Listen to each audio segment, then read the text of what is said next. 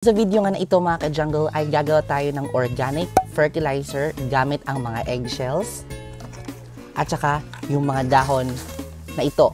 So samahan niyo ako sa video na ito. Hello mga ka-jungle, welcome back again to my YouTube channel and my Facebook page, also here in TikTok kasi meron tayong TikTok. So sa video nga na ito ay gagawa tayo ng organic fertilizer o ginagamit lang sa kusina at saka yung mga patapon lang na pwede gamiting fertilizer o ma-recycle. Makakatulong pa tayo sa kalikasan at makakagawa pa tayo ng fertilizer. So, ang ating eggshells fertilizer, ito po ay makakatulong upang magkameron po ng calcium na vitamins sa ating mga plants. At ito naman po ng mga dahon na laya o mga na dahon o dry ay makakatulong sa mga plants natin upang maging mataba sila. So first muna ay ilalagay natin itong eggshells dito sa tubig para hugasan. So, dapat hugasan muna natin ang mga eggshells na ito para matanggal po ang mga bacteria na nandito sa ating eggshells. So, ang ating mga eggshells is best for calcium, pampatibay po ng mga plants, pampabulaklak ng mga halaman. So, habang natin pinapatuyo ang mga eggshells, gawin natin ay gupitin natin itong mga dahon na ito. Wala kasi akong gunting dito eh. So, ito na lang. Yan. So, yung bagay dito sa ano, kahit ganyan na lang. Pwede pa lang, oh. Ganyan. Maliliit.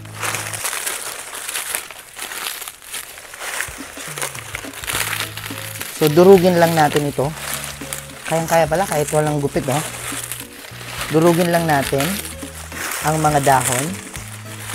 So, itong mga dahon na ito, huwag nyong susunugin o titatapon kasi pwede itong maging organic fertilizer. Kadihulog po galing sa puno na yon at dito po tinutipon yung mga dahon na laya. So, dito po kami kumukuha. Pwede din itong maging fertilizer. Yan o. Pero dapat yung parang crunchy na. Yung ganito. Pwede nyong ilagay dito sa malaking timba. So, pwede talaga itong ma-recycle. Hindi na kayo bibili ng mga pampataba na fertilizer.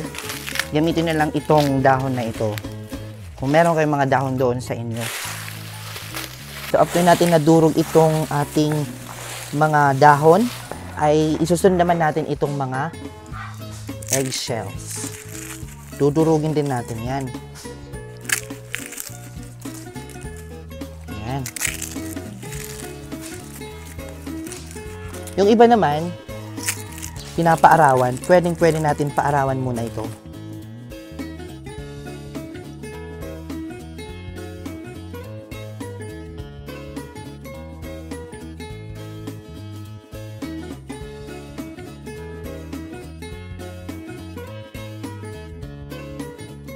After nyo nahalo ito, ilalagay natin ito sa araw.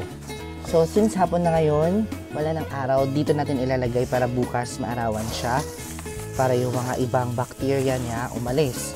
So, bukas natin gagamitin ito pang tanim ng mga halaman. So, ito ang gagamitin natin, ilalagay natin sa gilid ng mga kangkong, sa gilid ng mga kahit anong halaman, pwede. So, ito po ang organic fertilizer at pwede nyong gawin nyo ito sa inyong mga bakuran o sa mga bahay. Napakasimple lang mga ka-jungle. Kahit kaunting lupa na ilalagay, pwede. Ayan, after 24 hours, makikita nyo na arawan, na ulanan, at mas maganda ngayon maglagay ng fertilizer or organic fertilizer. So, ilalagay natin ito dito sa gilid ng mga kangkong para mas tumaba pa siya. Ayan.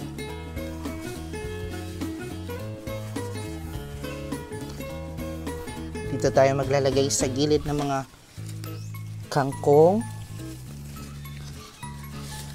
Kasi ginugulay namin ito guys. Ayan. Matataba na sila. Tapos lalagyan din natin itong gulay natin dito para mas tumaba sila dito. Ayan.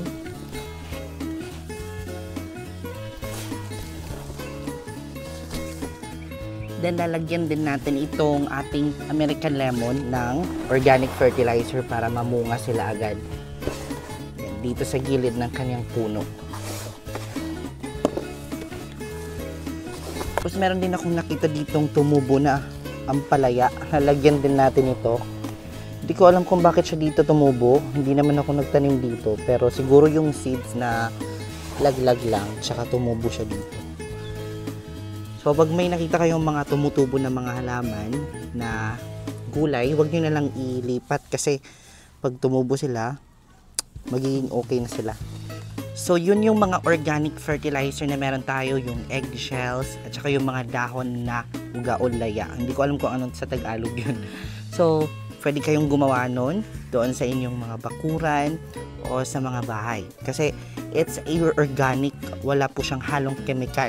Pwede po doon sa mga gulay, pwede din po sa mga house plant at mga iba't ibang klase ng mga halaman. Kasi organic po siya. And mga ka-jungle, I hope nagustuhan mo ang video nito. At kung nagustuhan mo, please don't forget to share this video and subscribe to my YouTube channel. And I will see you next episode because more plant, less stress.